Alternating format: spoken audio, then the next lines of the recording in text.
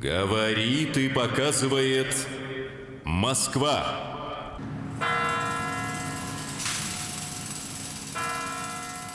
Ավելի քան 11,000 զինծառայող ռուսական զենք զինամթերքի ու ռազմական տեխնիկայի վերջին տեսակներն են անցնում Կրեմլի Կարմիր հրապարակով։ Все беспилотники. Անօդաչու թռչող զորքերի շարասյունն առաջին անգամ մասնակցում է հաղթանակի զորահանդեսին։ Հայրենական մեծ պատերազմում տարած հաղթանակի 80-ամյակին նվիրված զորահանդեսին Չինաստանի, Վենեսուելայի, Սերբիայի, Բրազիլիայի, Ղազախստանի, Ուզբեկստանի, Ղրղզստանի, Աբխազիայի առաջնորդներն են մասնակցում։ Նիկոլ Փաշինյանն ու Ալեքսանդր Լուկաշենկոն կողք կողքի են նստած։ Поздравляю вас с 80-й годовщиной победы в Великой Отечественной войне. Զորահանդեսը ղեկավարում է ցամաքային զորքերի գլխավոր հրամանատար բանակի գեներալ Օլեգ Սալյուկովը, շքերթն ընդունում Ռուսաստանի պաշտպանության նախարար Անդրեյ Բելաուսովը։ Կարմիր հրապարակով անցնում են նաև զորահանդեսի ստորաբաժանումներ 13 երկրներից՝ Չինաստանից, Եգիպտոսից, Ղազախստանից, Ուզբեկստանից, Մյանմարից։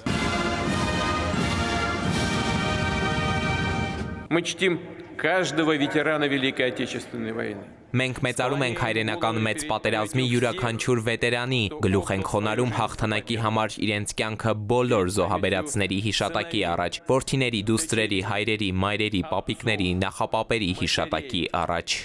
Объявляется минута молчания.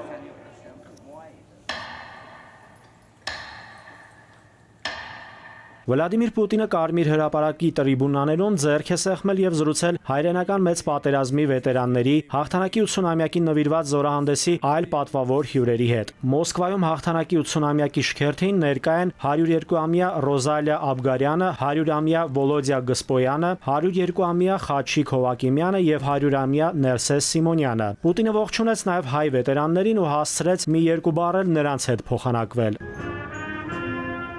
Վլադիմիր Պուտինը, Նիկոլ Փաշինյանը, նաև մյուս պետությունների ղեկավարները ծաղիկներ խոնարհեցին անմար կրակի մոտ եւ անհայտ զինվորի շիրիմին։